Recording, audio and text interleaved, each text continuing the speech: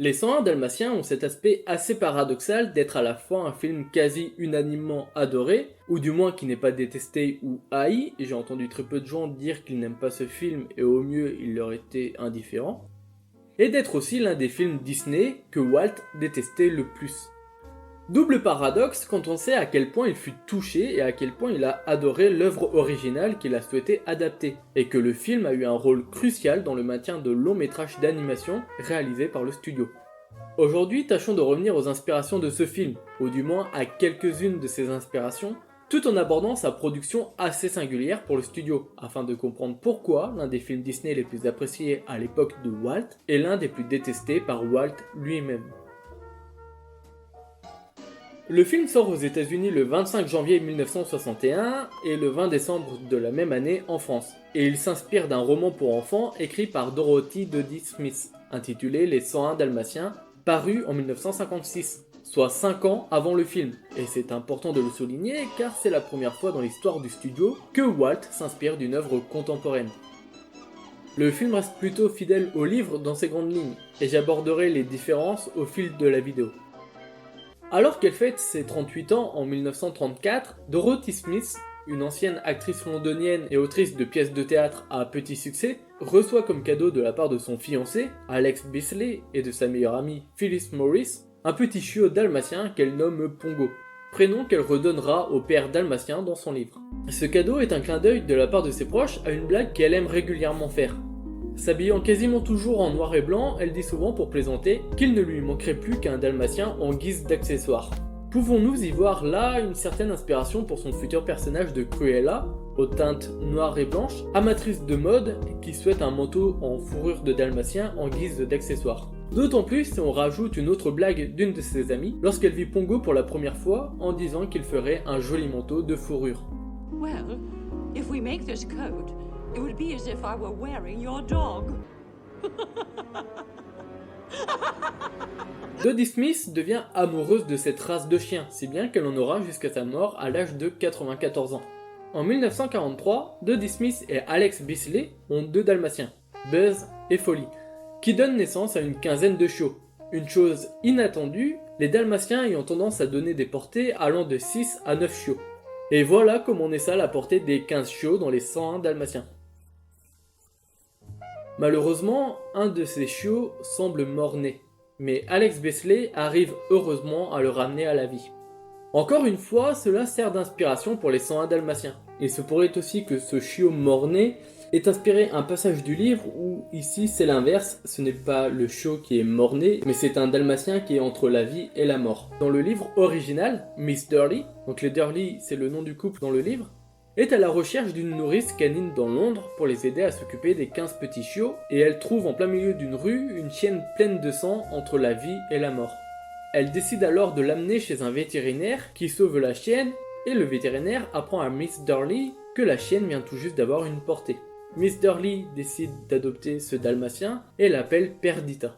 Dans le film de Disney, cette partie-là de l'intrigue a été enlevée et Perdita et Missy, la chienne ayant donné naissance à la portée de 15 chiots, ne font plus qu'une. Dans le milieu des années 50, Dodie veut écrire un livre pour enfants. Elle se remémore les événements passés, l'arrivée de Pongo dans sa vie, la portée de 15 chiots et le chiot mort-né, son look noir et blanc et les différentes blagues autour des dalmatiens. Elle assemble le tout entre fiction et bout de sa vie, un jeune couple en 2 chiens qui donne naissance à une portée de 15 chiots, comme elle et Alex, puis la blague du dalmatien comme accessoire, puis le manteau de fourrure, et si la blague devenait réalité? Et si une folle portée sur la mode était prête à tout pour avoir cet accessoire, pour avoir ce manteau de fourrure en poil de dalmatien? Et si cette folle serait prête à laisser mourir des chiens et de seulement récupérer les portées? Et si on pousse la réflexion un peu plus loin, jusqu'où irait l'amour de Dodie pour les dalmatiens? Serait-elle prête à accueillir 100 dalmatiens chez elle? Et si les Durley étaient confrontés à ce dilemme? Les 101 dalmatiens étaient nés, il ne manquait plus qu'à coucher cela sur papier. Et en novembre 1956, sort le roman Les 101 dalmatiens, qui connaît un succès critique et commercial assez rapidement. Et très vite, en 1957, quelques mois après la sortie de l'œuvre, Walt achète les droits afin de l'adapter en long métrage d'animation, au grand plaisir de Dodie Smith, qui rêvait justement d'une adaptation de son livre par Walt. Elle lui écrira d'ailleurs dans une lettre de novembre 1957 « Je tiens à vous dire tout mon bonheur et ma fierté à l'idée que vous adaptiez mon livre. Pour tout vous dire, je l'espérais en secret, à tel point que pendant l'écriture, je me plaisais souvent à imaginer des scènes sous forme de dessins animés. » Le film Les 101 Dalmatiens sera le prochain classique d'animation de Walt Disney après La Belle au bois dormant, qui aurait très bien pu faire tomber dans un sommeil éternel la branche long métrage d'animation du studio. La Belle au bois dormant sort en janvier 1959 et est un échec. Après 6 ans de travail acharné et un budget énormissime de 6 millions de dollars, c'est la première fois qu'un film d'animation a un budget aussi énorme. Le film sort en salle et ne reçoit pas le succès tant attendu. Et le studio connaît de lourdes pertes financières. Malgré les remarques des conseillers financiers de Walt qui lui disent de fermer la section long métrage de son entreprise afin d'économiser de l'argent, celui-ci refuse, ne souhaitant pas renvoyer ses animateurs à qui il doit tant. Les 101 Dalmatiens aura alors comme mission de ne pas devoir coûter trop cher au studio tout en gardant l'aspect qualitatif des derniers films Disney. Cette lourde tâche est confiée à Bill Pitt qui sera en charge de l'écriture de l'adaptation, tandis que Walt se met en retrait de la production du film, se consacrant à d'autres activités de l'entreprise, notamment le premier parc Disneyland en Californie, ouvert depuis 1955, et les premiers repérages pour l'ouverture d'un potentiel nouveau parc en Floride. Afin d'éviter l'erreur de La Belle au bois dormant et son budget ahurissant, un budget de 3 millions de dollars est attribué pour ce film. Très vite, Pitt prend des libertés avec le roman afin de fluidifier l'histoire et de la rendre peut-être moins ennuyeuse.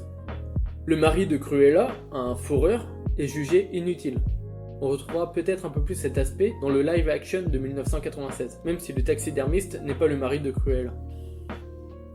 Horace et Jasper vont réunir à la fois les voleurs professionnels et les gardiens des chiots dans le château de Cruella, dans les livres. Certains chiens du réseau de chiens disparaissent. Missy et Perdita ont été réunis en un seul personnage, qui va être celui de Perdita dans le film. Jugeant que la Perdita du livre n'est pas si utile que ça pour faire avancer l'histoire, et la preuve en est, Pete arrive à rester très fidèle au livre tout en combinant ces deux personnages.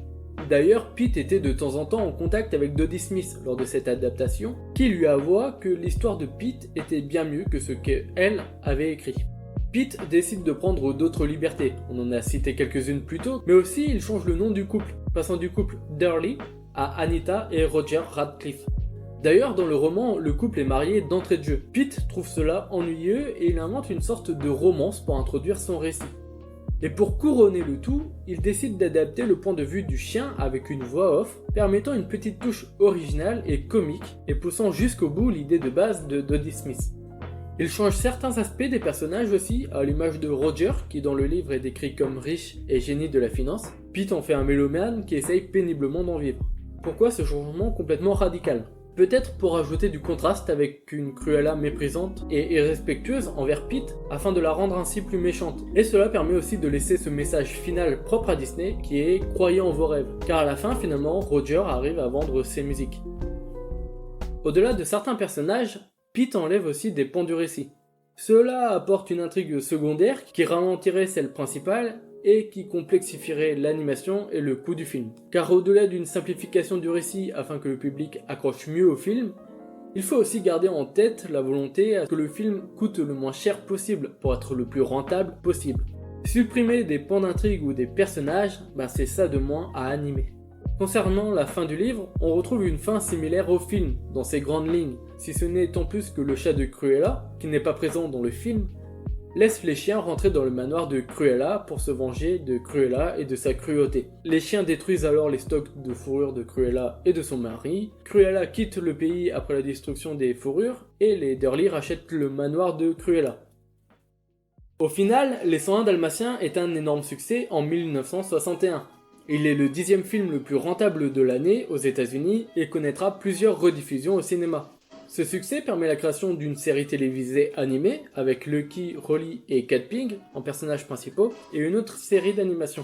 Mais surtout, le film va connaître une suite, Les 101 Dalmatiens 2 sur la trace des héros, sorti en 2003, ainsi que 2 films en live action, Les 101 Dalmatiens en 1996 et Les 102 Dalmatiens, que nous n'allons pas développer ici pour ne pas rallonger la vidéo.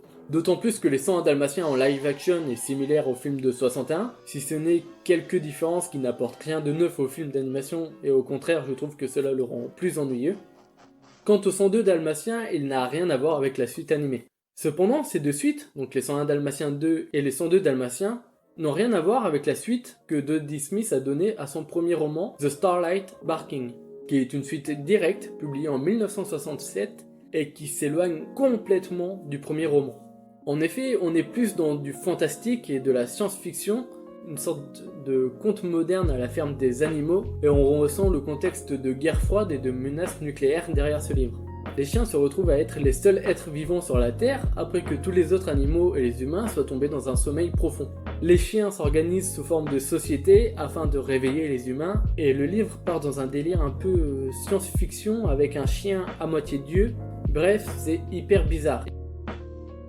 On peut trouver au sein du dessin animé d'autres inspirations potentielles, notamment des inspirations historiques. Ce que je vais vous dire ne va s'agir que de mon avis et de mon analyse, et on pourrait en discuter et en débattre dans les commentaires. Mais ça me paraît tellement flagrant, et pourtant c'est très peu évoqué, alors que c'est quelque chose qui m'a sauté aux yeux lorsque j'ai revu le film pour cette vidéo. J'ai seulement pu voir une critique sur Sens Critique qui allait dans mon sens, et un site anglophone qui en parlait, et c'est tout. On dirait que Pete dépeint au travers de cet échappatoire un réseau de résistance comme la France a pu connaître durant la Seconde Guerre mondiale. En effet, tout semble rappeler un réseau mis en place face à la terreur, que ce soit le réseau de chiens, parfois errants dans le maquis, les grades de colonel, sergent et soldats qui aident les chiots, l'entraide entre les différents chiens, les relais sur place qui permettent l'organisation de la fuite, les chiens qui doivent se cacher, le passage dans la ville où les chiots sont pourchassés par Cruella. Tout semble rappeler le côté résistance de la Seconde Guerre mondiale. Le village semble d'ailleurs abandonné, un peu triste, froid, et cette ambiance, je trouve, renforce ce côté un peu guerre. D'autant plus que Cruella est sans pitié, elle est effroyable, folle, prête à tout, pouvant rappeler dans une moindre mesure, et en poussant l'analyse et la comparaison à l'extrême, les pires figures du nazisme. D'ailleurs, je trouve que sa voiture n'est pas sans rappeler les Citroën de la Gestapo. Et le film pose cette ambiance à merveille, sans tomber dans l'horreur, sans trop rappeler les immondicités de la guerre. Il pose juste une ambiance, des couleurs, des éléments rappelant cette lutte de la résistance face aux nazis et aux collaborateurs. Des camions de déménagement rappellent les jeeps et les fourgons américains. Les chiens rappellent le réseau de résistants avec des relais locaux, un langage codé, des aides pour se cacher, des unités et un commandement pour assurer la mission. Des missions d'exfiltration à travers la campagne, avec une clandestinité nécessaire. Le film est incroyable sur cette partie-là, l'atmosphère se fait bien ressentir et on est plus dans le film et dans cette mission de sauvetage. Il nous plonge dans une ambiance pesante de par le fait même qu'il rappelle une période très récente à l'époque du film et qui aujourd'hui est ancrée dans notre culture et dans notre mémoire. Le film rappelle des heures sombres pour le monde, et malgré cette légèreté que le film apporte, ces scènes sont remplies de tension et nous rappellent même inconsciemment, tant c'est ancré dans notre histoire, au travers de quelques symboles et quelques actions, cet effroi que fut la Seconde Guerre mondiale. On retrouve ainsi un des aspects principaux des contes, prendre source dans des éléments du réel pour conter une histoire et en trouver une morale. Rappeler ce passé proche crée de l'effroi au récit, permet de plus l'ancrer dans la réalité et de mieux faire passer la morale et le message en captant l'attention de l'auditeur. Finalement, voyez ce passage de la résistance comme un loup dans le chaperon rouge, allégorie d'un homme prédateur, dangereux et de tout ce que l'homme peut avoir de mauvais en lui, et dans sa relation avec les individus. Ou encore comme la figure de la marâtre, qui est entre autres allégorie de la jalousie maladive entre les individus, et de où jusque l'individu peut aller dans sa rivalité avec l'autre. Tous ces méchants nous renvoient aux faiblesses de l'être humain et le rôle du conte est entre autres de nous faire prendre conscience de ces faiblesses, afin de les surpasser ou de les éviter. Le rappel à la Seconde Guerre mondiale dans les 101 Dalmatiens rappelle les moments où l'être humain a pris son visage le plus terrifiant, mêlant grand méchant loup, marâtre, ogre, sorcière et autres symboliques négatives de l'être humain. Mais le rappel à la résistance permet aussi d'évoquer les bons côtés de l'homme qui, même dans les pires moments, peut être fondamentalement bon, complaisant et altruiste. Comme sept nains peuvent venir contrebalancer une méchante reine dans les contes traditionnels. Et cette morale dans le film est mise en avant dans cette dualité. Face à l'horreur et au tragique, l'entraide est la seule solution. L'adversité, l'individualisme, l'égocentrisme et l'avarice mènent à la chute. Et le film, en nous offrant pour la première fois au sein d'un film Disney un contexte contemporain qui se déroule au même moment où le film sort, vient nous rappeler que l'on n'est pas à l'abri que cela recommence. D'autant plus dans une période de guerre froide dans laquelle l'Union soviétique et les États-Unis s'affrontent. On pourrait parler d'autres inspirations pour le film, que ce soit la société londonienne des années 50, qui pourrait faire l'objet d'une vidéo plus historique, si vous le souhaitez, ou de certains personnages, surtout Cruella qui est inspirée de l'actrice Tallulah Bankhead. Mais je préfère développer ça dans une vidéo plus spécifique à Cruella, comme j'ai pu le faire avec Ursula et Grand-mère Feuillage. Là aussi, n'hésitez pas à me le dire dans les commentaires si vous souhaitez une vidéo comme celle-ci. Et tout ce que j'ai évoqué fait que le film est fantastique sur différents points. Mais un autre point sur lequel le film est magnifique, c'est son animation. Et pour cela, Billette en parlera mieux que moi. Ok, les 101 Dalmatiens marquent le changement d'aspect de l'animation, passant des Silly Symphonies avec une animation ronde et volumineuse, comme les premiers longs métrages avec Blanche-Neige, Bambi ou Dumbo, à des longs métrages plus plats, plus anguleux, et stylisé comme les 101 Dalmatiens, vous l'aurez compris. L'animation est très fidèle à la réalité. Par exemple, la scène où Pongo lèche la joue de son maître quand il rentre chez lui, un chien réagirait tout à fait comme ça, avec un simple coup de langue sur la joue. Ou quand Pongo tourne autour de son panier avant de s'y installer dedans. Tout a été réfléchi pour rendre l'animation, le dessin plus réaliste. Et c'est la première fois qu'on voit un tel réalisme chez Disney. C'est ce qui fait l'originalité des 101 Dalmatiens. L'univers des humains est distinct de celui des animaux. Les 101 Dalmatiens n'est que la version finale entre guillemets de cette nouvelle animation moderne, puisqu'il y en a eu avant des films d'animation test. Par exemple Whistle ou encore Punk and Boom. Bill Pitt conserve le cadre imaginé par Dodie Smith, celui du Londres d'aujourd'hui, ce qui constitue une rupture importante avec les précédents courts-métrages. Premier film à être ancré précisément dans le temps et dans l'espace. À l'époque de la production du film, ce qui apporte un vrai réalisme, aucune magie, juste Cruella qui est diabolique. Walt Perigoy, décorateur des 101 Dalmatiens, explique que ce qui fait l'identité d'un créateur est le fait qu'il doit imaginer un univers compatible avec les personnages. Sa crédibilité ne vient pas du réalisme de son coup de crayon, mais de son intégrité, de sa sensibilité et de sa lucidité, en gros de ses émotions. Pour finir avec le point décor, Brad Bird résume ainsi la force de se concentrer de simplicité. Regardez les dessins montrant l'appartement de Roger, il vous donne toutes les infos nécessaires. Vous n'avez même pas besoin de voir Roger pour savoir qui il est. Il s'agit manifestement d'un célibataire qui s'intéresse à la musique et consacre beaucoup de temps à son travail. Il s'en occupe bien plus que son cadre de vie. C'est pourquoi son intérieur a quelque chose de désordonné, bohème et artiste. C'est très anglais. La pile de tasses invariable penchée comme la tour de Pise, c'est une idée géniale. Une technique qui vaut de l'or, la xérographie. Le recours à la xérographie permet aussi la création des 99 chiots dalmatiens. Traditionnellement, les réalisateurs d'animation évitaient les scènes de foule car un très grand nombre de personnages à dessiner représentait trop de travail pour un résultat peu gratifiant. Andreas Decha dit « Déjà, grâce au procédé Xerox, ils pouvaient reproduire en grand nombre les dessins des animateurs. Il leur suffisait d'animer 3 chiots, par exemple, pour en obtenir 15, 20, 50 ou autant qu'ils le souhaitaient. L'animateur Ted Berman était chargé de convertir ces 3 ou 4 chiots en une foule d'allure naturelle. Il lui fallait décaler leurs mouvements afin qu'ils n'aient pas l'air de tous se mouvoir en un seul bloc. Chuck Jones, réalisateur oscarisé de la Warner, commente sèchement. Il n'y a que Disney pour réaliser un film avec 101 Dalmatiens tachetés. Nous avions déjà du mal avec un seul chien et une seule tache. En prise de vue réelle, un chien tacheté ne demande pas plus d'efforts à filmer qu'un animal au pelage uni. Mais en animation, les dessinateurs doivent dessiner les taches une par une et maintenir leur emplacement sur plusieurs milliers de dessins. Selon un communiqué de presse de studio, Pongo compte 72 taches, Perdita 68 et les chiots 32 chacun. Au total, on dénombre 6 469 952 taches dans les 79 minutes de film. Si le graphisme est plus stylisé que les précédents Disney, les personnages des 101 Dalmatiens évoluent avec une fluidité toute traditionnellement. Chacun a une façon bien à lui de se mouvoir, qui définit sa personnalité autant que le fait à son graphisme ou à sa voix. Au-delà de cette apparence moderne, le style reste indéniablement disneyen. Il est fascinant d'observer les contours irréguliers d'un personnage se déplacer dans l'espace. C'est étrangement gratifiant, explique Paul Félix. Finissons avec l'animation de Cruella d'Enfer. Malgré la sympathie qu'inspirent Roger, Anita et les chiens, le film est dominé par la présence du plus effrayant et du plus drôle de tous les méchants de Disney, Cruella d'Enfer. Contrairement à la reine sorcière de Blanche-Neige ou à Maléfique, Cruella n'est ni glaçante ni belle, mais exubérante, baroque et grotesque, avec ses larges mains, ses grands pieds et son visage aux traits pointus, évoquant une tête de mort en colère. Mark Davis, chargé de son animation, déclare « J'avais plusieurs modèles en tête quand j'ai dessiné Cruella, notamment Talua dans Bankhead, ainsi qu'une de mes connaissances.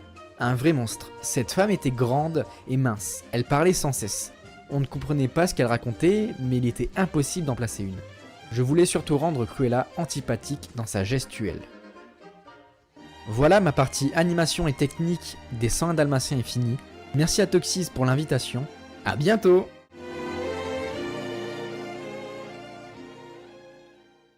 Le film est alors rempli de qualité. Il ne dénature pas l'œuvre originale que Walt aime tant. Il est une réussite pour les studios. Et la branche long métrage d'animation du studio ne fermera pas, le film ayant rapporté dès sa première sortie 10 millions de dollars. Un record pour un film d'animation. Le film est aussi lieu d'innovation, et cette innovation, ce pari osé, comme à l'habitude du studio, est salué par la critique. L'originalité de l'animation apporte un renouveau de celle-ci, une nouvelle façon de la concevoir. Alors pourquoi Walt ne l'aime pas? La raison est toute bête, l'originalité. Walt, qui est pourtant le maître dans l'originalité, dans l'innovation de l'animation et dans la manière d'approcher cette animation, n'aime pas, mais vraiment pas, le style graphique minimaliste des dessins des 101 Dalmatiens et du procédé Xerox. Pour Walt, le dessin animé faisait trop dessin animé et n'était pas assez réaliste. On voyait trop les dessins et les gros traits de l'encre, ce qui rompt avec les films précédents. Il n'aima tellement pas qu'il aurait dit à son équipe de ne plus jamais refaire ce genre de dessin. Mais peut-être qu'il y avait aussi derrière une sorte de nostalgie, Walt regrettant ses premières productions dans lesquelles il était fortement impliqué, ces films où tout était réalisé avec délicatesse et précision. Mais paradoxalement, c'est une époque où tout était à créer, à réinventer.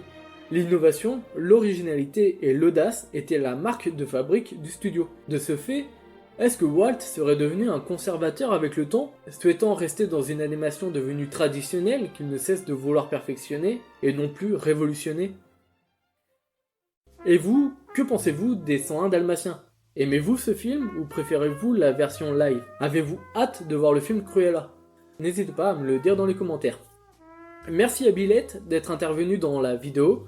N'hésitez pas à aller voir sa chaîne, il y parle de divers sujets, dont des films Disney, et au travers de petites animations de qualité. D'ailleurs, j'interviens dans sa dernière vidéo, il y parle de Mélodie du Sud, donc n'hésitez pas à aller jeter un coup d'œil. Si vous avez aimé cette vidéo, merci de la liker et de la partager. Et pour ne rien louper de mes prochaines vidéos, pensez à vous abonner. Quant à moi, je vous donne rendez-vous très vite, afin d'explorer de nouveaux univers magiques.